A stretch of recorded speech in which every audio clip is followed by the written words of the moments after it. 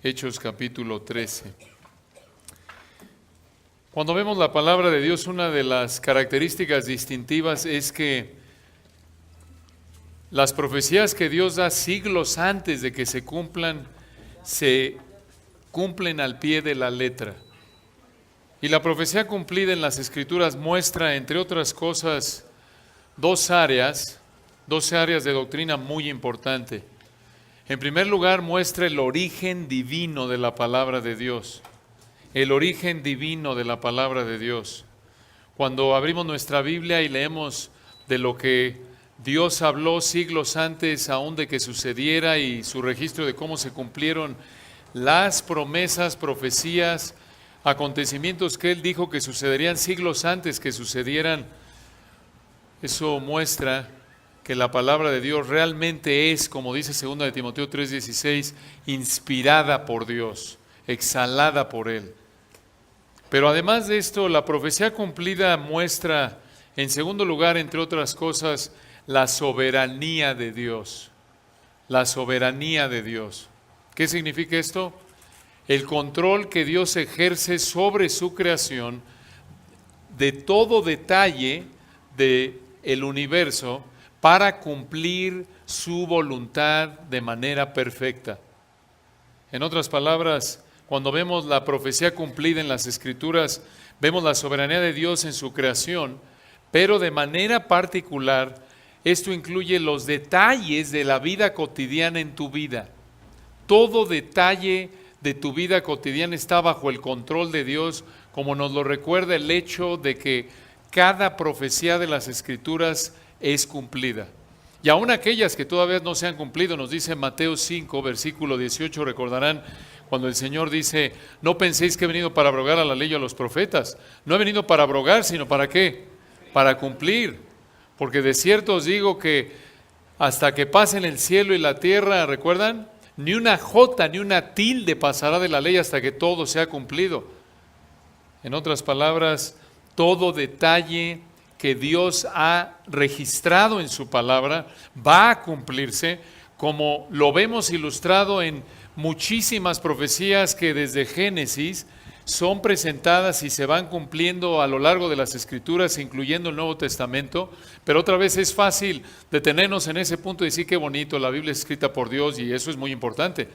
Pero olvidar el aspecto personal de esto, olvidar que el hecho de que la profecía cumplida es un recordatorio diario para ti, que así como Dios controla todo detalle en su creación para cumplir sus profecías, así también cumple todo detalle en tu vida cotidiana para cumplir su voluntad. Y por ello, descansamos en su soberanía. Esta es una potente motivación para descansar en su soberanía. El recordar, el ver en la palabra de Dios, cada vez que te sientas y ves cómo Dios cumple sus profecías siglos antes de que sucedan, te recuerda que así como Dios controla todo detalle en el universo para cumplir lo que Él dijo que sucedería, así también Él controla todo detalle en tu vida cotidiana para cumplir sus propósitos perfectos en tu vida. Y esto es lo que vamos a estudiar el día de hoy conforme regresamos a Hechos capítulo 13. Nos encontramos, recordarán ustedes, en Hechos 13, versículos 13 al 52. Estamos estudiando 7 realidades de la soberanía de Dios que te motivan a descansar en ella. 7 realidades de la soberanía de Dios que te motivan a descansar en ella. Esta es una de las lecciones que estamos aprendiendo del primer viaje misionero del apóstol Pablo. Recuerden que son 13 lecciones de manera general. Esta es una de esas lecciones. Descansa en la soberanía de Dios. Y dijimos que esto lo vemos aquí en Hechos 13, 13 al 52, pero como es un pasaje extenso, lo estamos dividiendo en 7 partes. Y aquí dentro de esta lección general de descansar en la soberanía de Dios que encontramos en Hechos 13, 13 al 52, estamos estudiando 7 realidades de la soberanía de Dios que te motivan a descansar en ella. Estudiamos la primera la semana pasada en el capítulo 13, versículos 13 al 16. Explicamos en primer lugar, la primera realidad de la soberanía de Dios que te motiva a descansar en ella es que la soberanía de Dios no siempre hace que la vida y el ministerio sean cómodos. La soberanía de Dios no siempre hacen que la vida y el ministerio sean cómodos. Lo estudiamos la semana pasada en Hechos 13 al 16. Recuerden, estamos aquí entre el 47 y el 49, año 47-49, mientras que Pablo y Bernabé llegaron ya aquí a Antioquía de Pisidia en su primer viaje misionero. Y fue un viaje difícil, explicamos todo bajo la soberanía de Dios. Recuerden, todo lo que vemos aquí en Hechos 13, realmente en toda la palabra de Dios, pero hablando aquí en el contexto inmediato, vayan a Hechos 13 y observen el versículo 48 para recordar este tema central. Hechos 13, 48. Aunque lo veremos a detalle, recuerden, observen qué gran declaración. Los gentiles, oyendo esto, se regocijaban y glorificaban la palabra del Señor. Y creyeron todos los que estaban ordenados para vida eterna. Explicamos que Dios llevó a Pablo para que predicara el Evangelio y para que oyeran a aquellas personas que en Antioquía de Pisidia Dios había ordenado para vida eterna desde antes de la fundación del mundo, desde la fundación del mundo, de acuerdo con Efesios 1. Y de esta manera vemos que Dios soberanamente lleva a Pablo a Antioquía de Pisidia para que les predique el Evangelio a estos escogidos, ordenados para vida eterna, y de esta manera creyeran en ese momento que Dios había ordenado desde la eternidad pasada. Dijimos que para que Pablo y Bernabé llegaran ahí, recuerdan en Hechos 13, repasando brevemente, Hechos 13, versículo 13, ellos zarparon de Pafos, recuerdan la capital de Chipre. Pablo y sus compañeros arribaron a Perge de Panfilia, pero Juan, apartándose de ellos, volvió a Jerusalén. Ellos pasando de Perge llegaron a Antioquía de Pisidia. Esa frase, la primera frase del versículo 14, de Perge llegaron a Antioquía de Pisidia, dijimos que fue un viaje sumamente difícil. 160 kilómetros atravesando las montañas taurinas, en un camino infestado de ladrones, un camino que con frecuencia se inundaba y un camino en el que habrían subido prácticamente de nivel del mar a 1100 metros de altitud sobre el nivel del mar donde se encontraba Antioquía de Pisidia. Y explicamos cómo, a pesar de que en la soberanía de Dios, Dios los estaba llevando ahí, no fue fácil para ellos. Además de que ya habían recorrido, recuerdan, varios kilómetros en barco, en un barco bastante incómodo, desde Chipre para llegar ahí a Perge, y por lo tanto esto fue muy incómodo, aunque estaban operando bajo ¿quién? La soberanía de Dios, bajo el control de Dios. Explicamos entonces que la soberanía de Dios no siempre hace que la vida y el ministerio sean cómodos, y pensamos con frecuencia que debido a que Dios es soberano, bueno, las cosas van a ser color de rosa todo el tiempo, y no es así. Ellos experimentaron incomodidades, aunque estaban bajo la soberanía de Dios, igual que tú en tu vida. No siempre vas a vivir en comodidades, aunque Dios esté en control y hace todo para tu bien, y aunque no comete errores, y aunque Él es santo y perfecto, y aunque estés caminando en obediencia como Pablo y Bernabé, porque recuerdan que están aquí porque versículo 4, ¿cómo llegaron ahí? Regresen conmigo a Hechos 13:4. Ellos entonces enviados ¿por quién? Por el Espíritu Santo. Entonces están ahí en obediencia a Dios, bajo la soberanía de Dios, pero están pasando situaciones bastante incómodas, como explicamos a detalle la semana pasada. Entonces ya llegan ahí a la ciudad de Antioquía de Pisidia, y versículo 14 continúa leyendo brevemente para repasar. Y entraron en la sinagoga un día de reposo y se sentaron. Y después de la lectura de la ley y de los profetas, los principales de la sinagoga mandaron a decirles: varones hermanos, si tenéis alguna palabra de exhortación para el pueblo, hablad. Entonces Pablo, levantándose, hecha señal de silencio con la mano, dijo: varones israelitas y los que teméis a Dios, oíd. Y hasta aquí nos quedamos la semana pasada. Y esto nos lleva al la segunda realidad de la soberanía de Dios que te motiva a descansar en ella. Aquí en los versículos 17 al 25 veremos cómo la soberanía de Dios controla las promesas mesiánicas. La soberanía de Dios controla las promesas mesiánicas. Esto lo vemos en Hechos 13, 17 al 25. Y noten, aquí en Hechos 13, 17 hasta el 41, encontramos el sermón que Pablo predicó ese día de reposo, ahí en Antioquía de Pisidia, allá entre el 47 al 49. Y observen que lo que Pablo le dice a estos judíos en Antioquía de Pisidia, en esa sinagoga, ese día de reposo, lo podemos dividir en tres partes, y la primera parte la vemos aquí en los versículos 17 al 25. Observen cómo les habla del Mesías prometido. Observen cómo les habla de las promesas mesiánicas. Hechos 13, 17. El Dios de este pueblo de Israel escogió a nuestros padres y enalteció al pueblo, siendo ellos extranjeros en tierra de Egipto, y con brazo levantado los sacó de ella. Noten, los lleva de regreso a Egipto, al Éxodo prácticamente, ahí en el versículo 17. Y hermanos, si alguna vez se preguntaron cómo se habría oído un sermón de Pablo, esto es algo de lo más cercano que tenemos. Aquí está Pablo predicando. Y vean, versículo 18, sigue predicándole estos judíos ahí y gentiles temerosos de Dios en la sinagoga. Versículo 18, y por un tiempo como de 40 años los soportó en el desierto. Y habiendo destruido 7 naciones en la tierra de Canaán, versículo 19, les dio por herencia su territorio. Después, versículo 20, como por 450 años, les dio jueces hasta el profeta Samuel. Una pausa ahí. En la Reina Valera 60 este versículo se oye confuso, porque el periodo de los jueces duró unos 350 años, no 450. Una traducción más literal del griego en este versículo será la siguiente, observen su texto. Todo esto tomó 450 años, punto y seguido, y después de esto les dio jueces hasta Samuel el profeta. Entonces, los 450 años incluyen 400 en Egipto, 40 en el desierto y 10 conquistando la tierra de Canaán. ¿Bajo qué líder?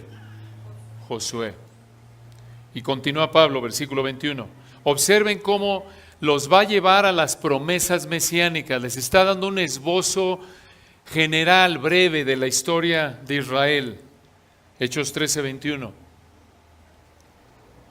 Luego pidieron rey.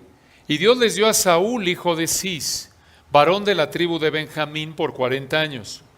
Quitado este, versículo 22, les levantó por rey a David, de quien dio también testimonio, diciendo, he hallado a David, hijo de Isaí, varón conforme a mi corazón, quien hará todo lo que yo quiero.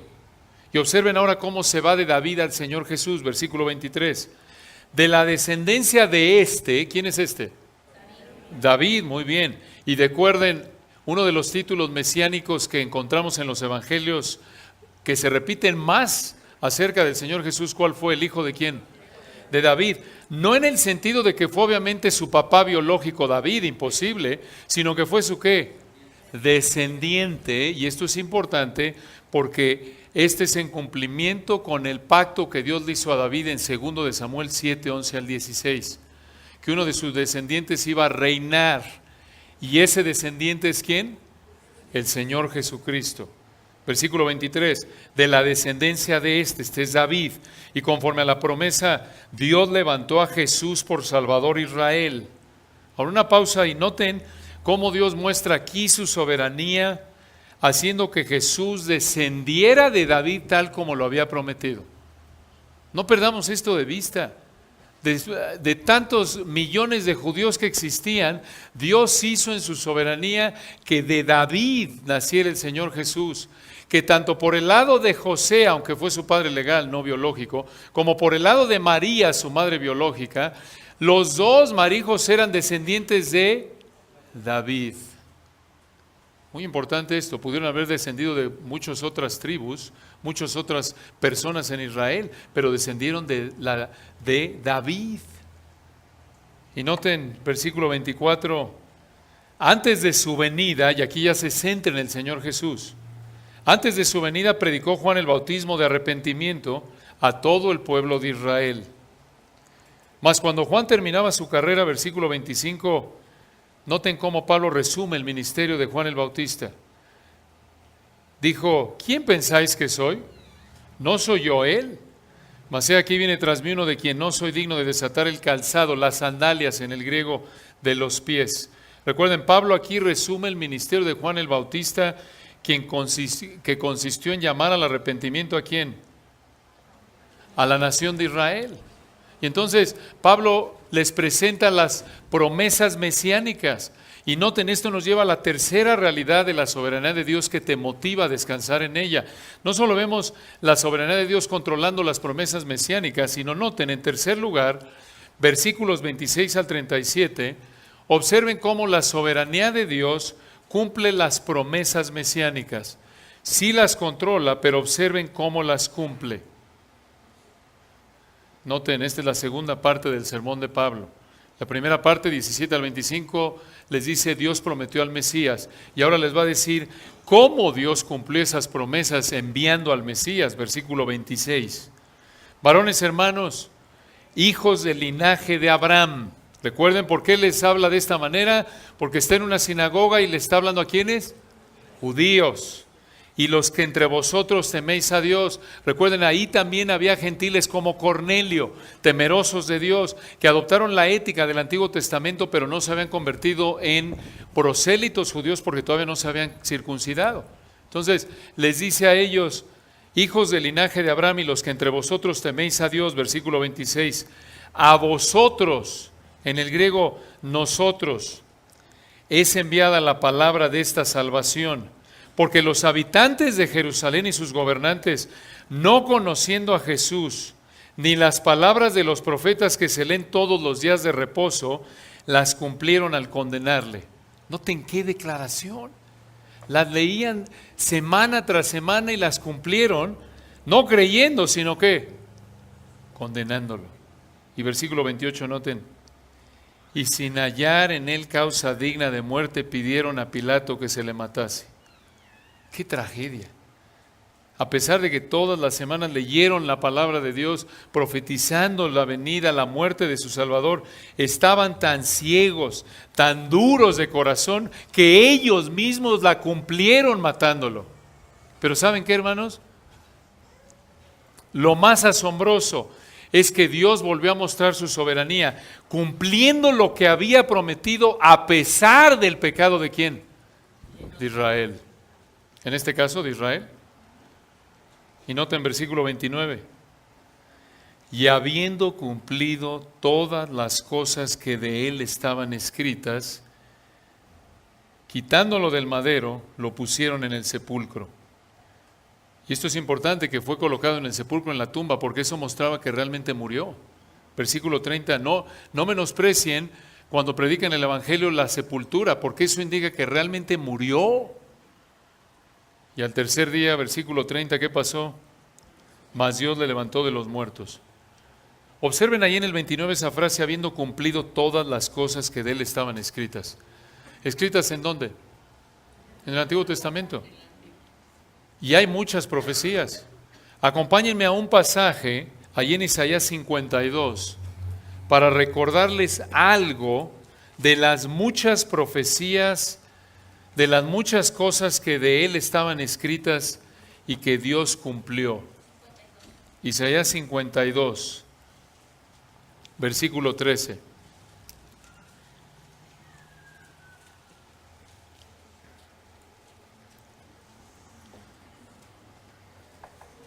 Isaías 52, 13 hasta el 53, 12 nos presenta lo que es conocido como el cántico del Mesías.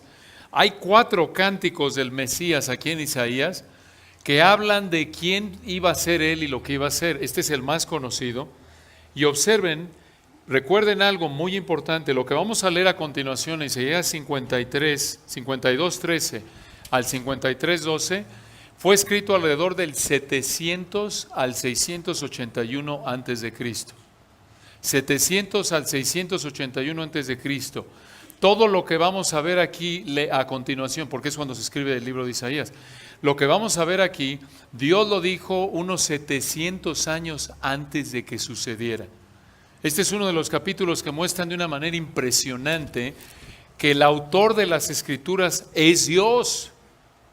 Para que todos los factores pudieran estar en conjunto, diferentes vertientes de probabilidades pudieran conjuntarse para cumplir esto, es necesario que el soberano del universo guiara todo para que se cumpliera al pie de la letra lo que vamos a leer. 7 siglos antes de que sucediera, más bien 6 siglos antes, escuchen lo que dijo Dios a través de Isaías. He aquí que mi siervo será prosperado, será engrandecido y exaltado, y será puesto muy en alto. Esto lo vemos en Filipenses 2:9, entre otras referencias. Se va a cumplir cuando el Señor, se cumplió cuando fue exaltado, obviamente, después de la resurrección. Versículo 14, noten. Como se asombraron de ti muchos, de tal manera fue desfigurado de los hombres su parecer, y su hermosura más que la de los hijos de los hombres. Esto lo vemos en Mateo 26:67, por ejemplo, 27:30, con todo lo que sufrió el Señor, ¿recuerdan? Lo abofetearon y todo lo que sufrió antes de la crucifixión y en la crucifixión, de tal manera que uno lo veía y se espantaba de lo amoratado y ensangrentado que habría quedado después de las golpizas que le pusieron. Versículo 15, así asombrará él a muchas naciones. La palabra asombrará aquí del hebreo se puede traducir mejor rociará. La idea es que su obra expiatoria en la cruz, su sacrificio por el pecado iba a beneficiar a muchas, ¿qué? Versículo 15, naciones. Los reyes cerrarán ante él la boca porque verán lo que nunca les fue contado y entenderán lo que jamás habían oído. 53:1. Y de nuevo vamos rápidamente por motivos de tiempo. Aquí hay mucho, pero simplemente para señalarles de manera general, breve, a manera de ilustración, las muchas profecías, todo lo que se había escrito siglos antes y que fue cumplido cuando el Señor vino. Es lo que le está diciendo Pablo a los judíos y a los gentiles que temen a Dios ahí en Antioquía de Pisidia. Observen en el 53:1. ¿Quién ha creído a nuestro anuncio? ¿Y sobre quién se ha manifestado el brazo de Jehová? Subirá cual renuevo delante de él, y como raíz de tierra seca. Y otra vez noten, no hay parecer en él, ni hermosura le veremos, mas inatractivo para que le deseemos, no solo por su humillación, sino porque vino de manera humilde, no con todas las credenciales de realeza mundana de la época. Versículo 3, noten qué versículo. Otra vez repite la idea del 52:14. Despreciado y desechado entre los hombres, varón de dolores, experimentado en quebranto, y como que escondimos de él el rostro, fue menospreciado y no lo estimamos. Hermanos, el Señor no solo sufrió externamente, sino la agonía interna del prospecto de la cruz y la tristeza de ver la ingratitud de Israel a quien había venido a salvar. Y parte de eso lo vemos en Mateo 23:37, ¿recuerdan? Cuando está el Señor llorando y dice, Jerusalén, Jerusalén, ¿se acuerdan? ¿Cuántas veces quise juntarte como la gallina junta sus polluelos y qué? Y no quisiste. Y en Getsemaní, ¿recuerdan? Mi alma está triste hasta qué? Hasta la muerte. Pudo haber muerto ahí de tristeza. Y 3 veces la angustia de enfrentar, ser objeto de la ira de Dios, pidiéndole al Padre 3 veces, si es posible que pase de mí que esta copa. Y fue tal su angustia que sudaba, su sudor eran como ¿qué? Grandes gotas de sangre. Y tal era la situación que estaba viviendo que Dios envió un ángel ahí para ¿qué? Fortalecerlo. Verdaderamente, nuestro amado Señor fue el varón de dolores, experimentado en quebranto.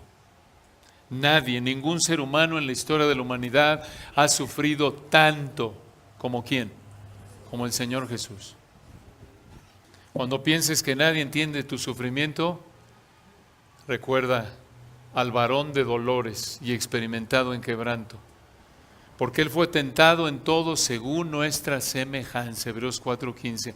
Nadie entiende, por ser omnisciente, por conocerlo todo de manera perfecta, nadie entiende el sufrimiento como el Señor Jesús, no solo por ser el Dios del universo que todo lo sabe de manera perfecta, sino porque Él sufrió como ningún otro ser humano en la historia de la humanidad. Noten versículo 4. Ciertamente llevó Él nuestras enfermedades. Y noten el lenguaje aquí, hermanos, del 4 al 6, el nuestro, los pronombres, que apuntan, como dice 2 Corintios 5:21, al que no conoció pecado por nosotros, lo hizo pecado. Este es el lenguaje de sustitución. Noten, otra vez, 7 siglos antes, Dios está diciendo aquí en Isaías 53, 4 al 6, que Dios iba a tratar en la cruz al Señor Jesús como si hubiera cometido los pecados de aquellos que iban a creer en Él. Y noten aquí, versículo 4, el lenguaje de sustitución, otra vez, por nosotros. Ciertamente llevó Él nuestras enfermedades y sufrió ¿qué? Nuestros dolores. Y nosotros le tuvimos por azotado, por herido de Dios y abatido. Noten, herido de Dios es importante porque el Señor estaba sufriendo bajo la soberanía ¿de quién? De Dios. Versículo 5, mas Él herido fue, noten de nuevo, por nuestras rebeliones. Noten esto, no sufrió por sus rebeliones, sino por las de quién? Nosotros. En este caso Isaías habla de Israel, obvio se extiende a todo aquel que cree en Él, incluyendo nosotros. Versículo 5, molido por nuestros pecados. El castigo de nuestra paz fue sobre Él, y por su llaga fuimos nosotros curados. Versículo 6, todos nosotros nos descarriamos como ovejas, cada cual se apartó por su camino, mas Jehová cargó en Él el pecado ¿de quién? De Él, de todos nosotros. 1 Juan 2:2. Él es la propiciación por nuestros pecados, es lo que dice, es el cumplimiento. No murió por su pecado, sino por el pecado ¿de quiénes? De nosotros, de los que creíamos en Él. Versículo 7, noten, qué hermoso pasaje, nos encantaría estudiarlo a profundidad, pero quizás en otra ocasión, si Dios quiere. Vean el 7, angustiado Él y afligido. ¿Por qué? Por todo lo que vivió, ya lo explicamos. Él es el varón de dolores y experimentado en quebranto.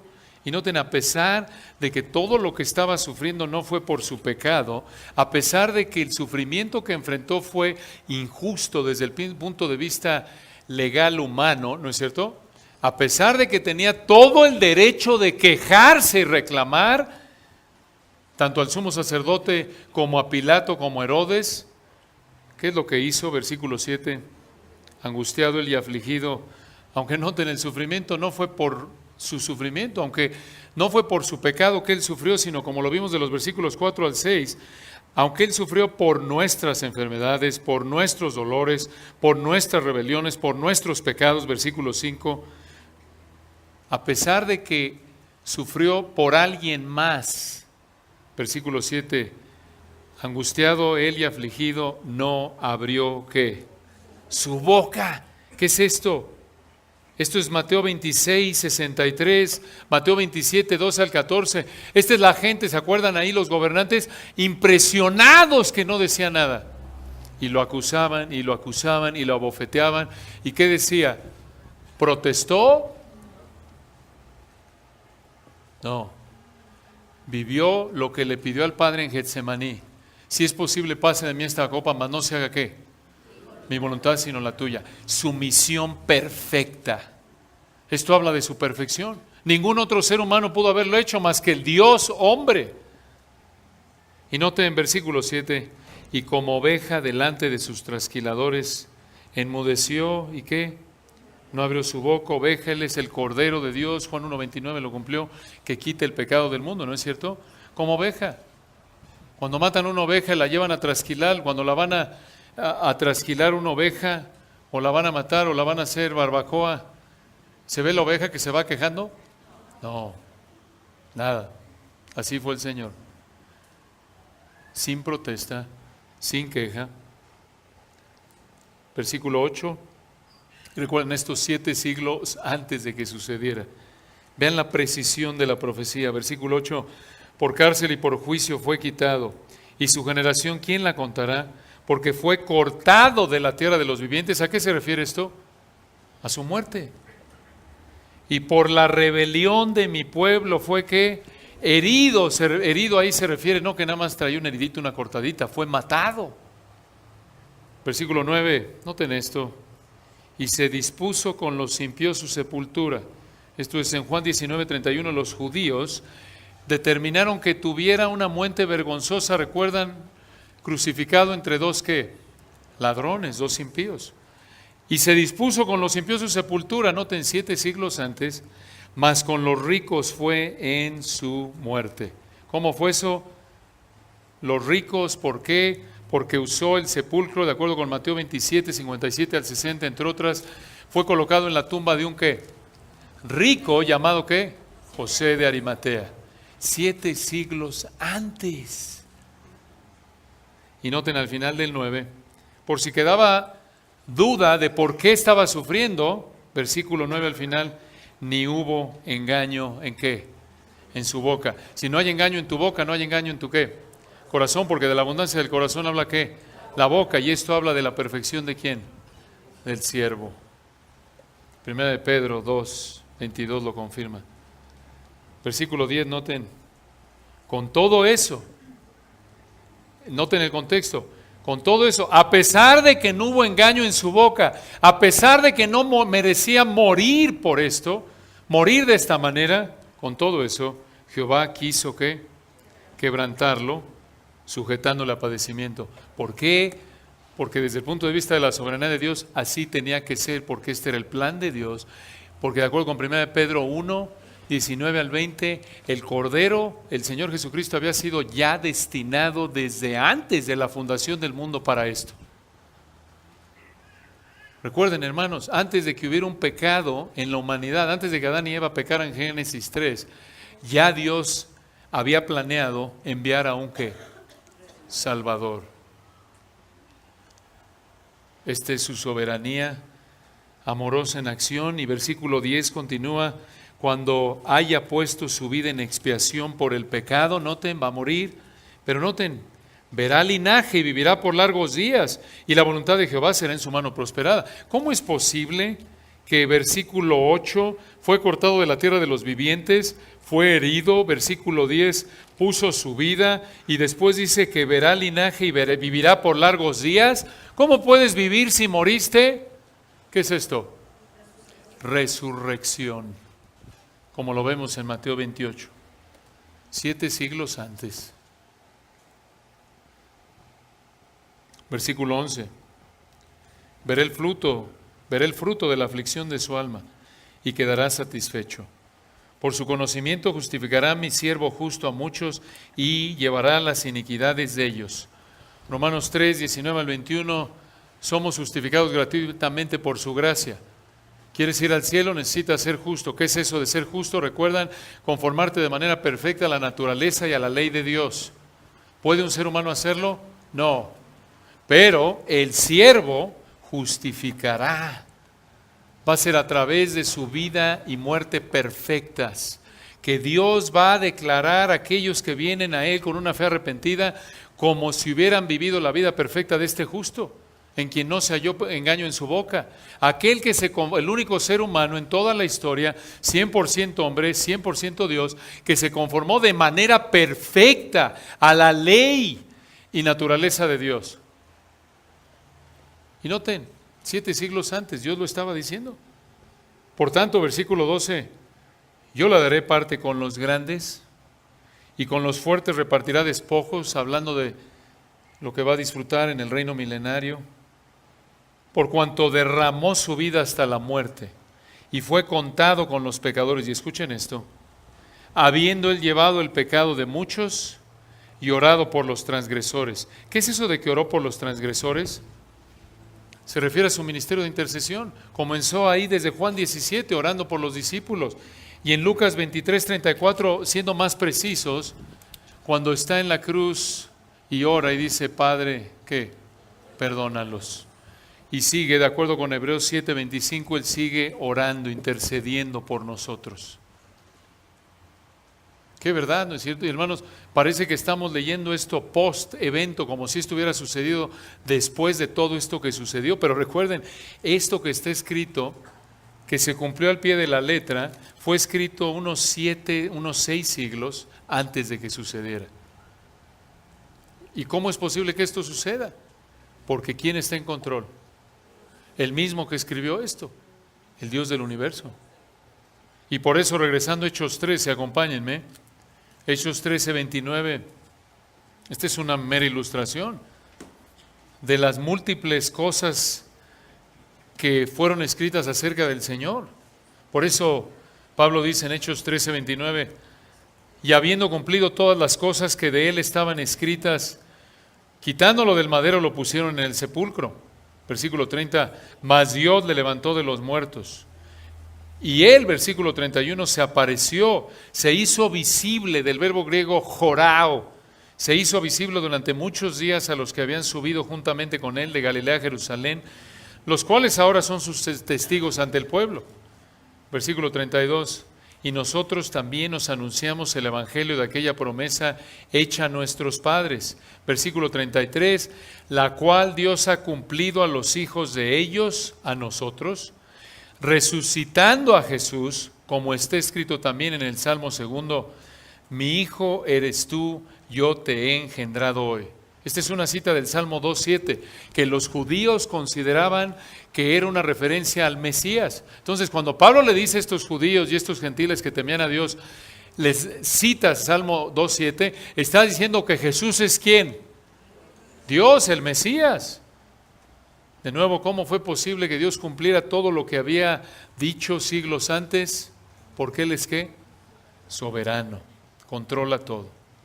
Versículo 34, y en cuanto a que le levantó de los muertos para nunca más volver a corrupción, lo dijo así, os daré las misericordias fieles de David.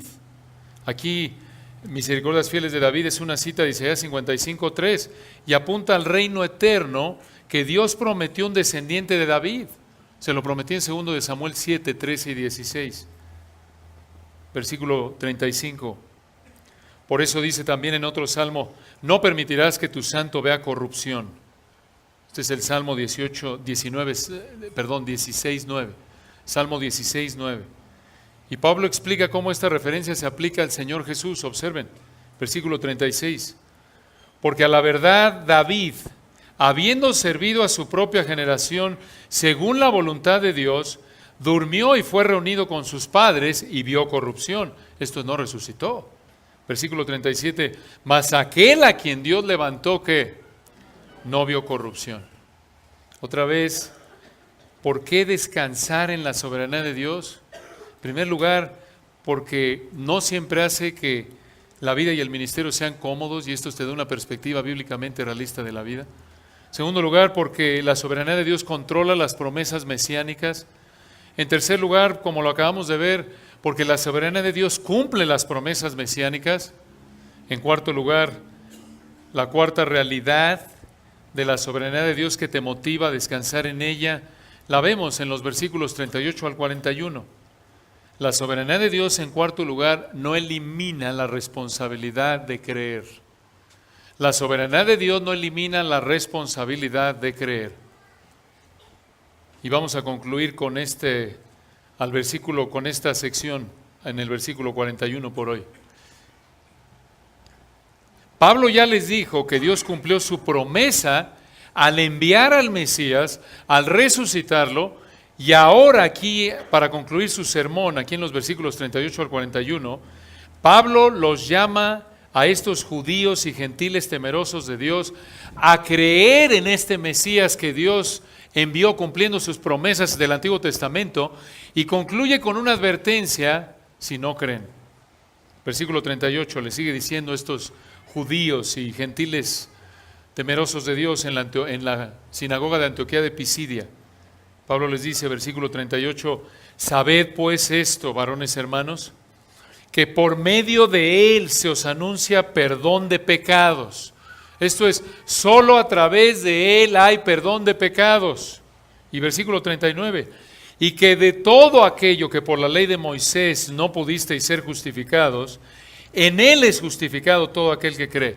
Les dice, ¿saben qué? Sus intentos por tratar de conformarse de manera perfecta a la ley de Moisés, lo cual es un requisito para salvación, no sirven de nada, porque nadie puede cumplir la ley a la perfección. De nuevo, porque Dios dice, ¿quieres entrar al cielo? Muy bien, sé igual de justo que yo. ¿Qué quiere decir eso? Sé igual de santo que yo. 1 Pedro 1, sed santos porque yo soy ¿qué? Santo. ¿Quieres entrar al cielo? Muy bien, Mateo 5:48, sed pues vosotros perfectos como ¿quién? Vuestro Padre que está en los cielos es perfecto. ¿Qué es ser perfecto? Conformarte de manera perfecta a la ley y a la naturaleza de Dios. ¿Puede alguien hacerlo? No, imposible. Y noten qué noticia. Qué noticia. Pablo les dice, de todo aquello, versículo 39, de que por la ley de Moisés no pudisteis ser justificados, en Él es justificado todo aquel que cree. ¿Por qué? Porque Dios lo trata como si hubiera vivido la vida perfecta ¿de quién? De Jesús. Como si se hubiera conformado de manera perfecta a la ley y naturaleza de Dios, como Jesús lo hizo. Y en la cruz, recuerdan, Dios trató a Jesús como si hubiera vivido la vida de pecado ¿de quiénes? De todos los que creemos en Él. Esta es la gloria del Evangelio. Y los judíos que hubieran tenido un corazón sumiso a Dios, habrían entendido esto y habrían dicho, Señor, gracias. Aquellos que habían estado cargados con el peso de su pecado, la culpabilidad, el dolor de quedar cortos una y otra vez, de a no que guardar de manera perfecta la ley de Dios, habrían dicho, Señor, gracias. Entonces les presenta perdón de pecados mediante Cristo. Obviamente la implicación aquí es que tenían que venir con una fe arrepentida, pero los deja con una advertencia, versículo 40. Mirad pues, que no venga sobre vosotros lo que está dicho en los profetas. Y aquí noten, citen el 41, Habacuc 1:5. Mirad, oh menospreciadores, y asombraos y desapareced, o perezcan, es la idea de esa palabra en griego. Porque yo hago una obra en vuestros días, obra que no creeréis si alguien os la contare. En otras palabras, cree o enfrenta ¿qué?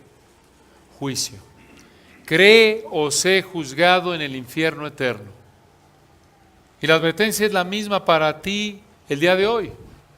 Si no has venido con una fe arrepentida a Dios, si estás buscando el perdón de pecados a través de cualquier otra forma o persona que no sea Cristo, únicamente por fe, únicamente por gracia, únicamente, esto es como un regalo de Dios inmerecido para ti. Si buscas el perdón de Dios de cualquier otra manera, cualquier otra religión, cualquier otra idea falsa de que piensas que por ti puedes llegar al cielo por tus propias obras, vas a perecer, vas a morir y vas a pasar una eternidad de tormento en el infierno pagando por lo que tu pecado merece. Pero si has venido clamando a Dios, pidiendo perdón, creyendo, como dijo Pablo aquí en el versículo 38, que por medio de Él se te anuncia perdón de pecados, y que versículo 39, no puedes tú conformarte de manera perfecta a la ley y naturaleza de Dios. Si vienes a Dios pidiendo misericordia a través de Jesús, entonces Dios te va a perdonar. Como lo dijo el Señor, recuerden en Juan 5:24, el que oye mi palabra y cree el que me envió tiene vida eterna y no vendrá ¿qué? A condenación, mas ha pasado ¿de qué? De muerte a vida. Y ya como cristiano escucha, así como Dios controló todo detalle en el universo para cumplir las promesas de la primera venida, de la sepultura, de la resurrección de Cristo, así también controla todo detalle en su creación para cumplir sus propósitos perfectos en tu vida cotidiana. Efesios 1:11, Él hace todas las cosas según el designio de su voluntad. Mateo 10:29 y 30, ni un insignificante pájaro cae a tierra sin el conocimiento y control de tu Padre, y todos tus cabellos están contados. Todo detalle de tu vida cotidiana está bajo el control de Dios, al grado que lo está todo asunto de la creación, al punto que por eso puede cumplir lo que profetizó en el Antiguo Testamento. ¡Qué consuelo! Cuando enfrentas desánimo, quizás por algo que estés enfrentando, regrese Isaías 53, regrese Hechos 13 y recuerda que así como Dios controló todo detalle en su creación para cumplir lo que dijo siglos antes que haría acerca de Cristo, así también controla todo detalle de tu vida cotidiana para cumplir su promesa de hacerte pensar y actuar cada día más parecido ¿a quién? A Cristo. Romanos 8, 28 y 29. Para eso nos predestinó, para ser conformados a la imagen de Cristo. Entonces, Hermanos, esta es una doctrina gloriosa. Cuando ves que Dios cumple profecía tras profecía tras profecía, te recuerda su soberanía, sí, pero también su soberanía en tu vida diaria, cotidiana, en cada detalle. Entonces, cuando ves la soberanía de Dios reflejada en el cumplimiento de promesas bíblicas, no lo dejes a nivel de qué bonito es la palabra de Dios inspirada, y es cierto, pero esto tiene aplicación diaria, cotidiana, para los detalles más insignificantes, más minúsculos de tu vida. Como qué color, qué zapato te vas a poner. Como que, ¿sabes qué? Pues no está el pantalón que te querías poner porque lo están lavando. En la soberanía de Dios, así fue, no te pudiste poner ese pantalón el día de hoy. Sí, nos da risa, pero así es todo, todo. Y que tu hijo hizo un berrinche en el momento que menos querías enfrente de tus suegros. En Navidad.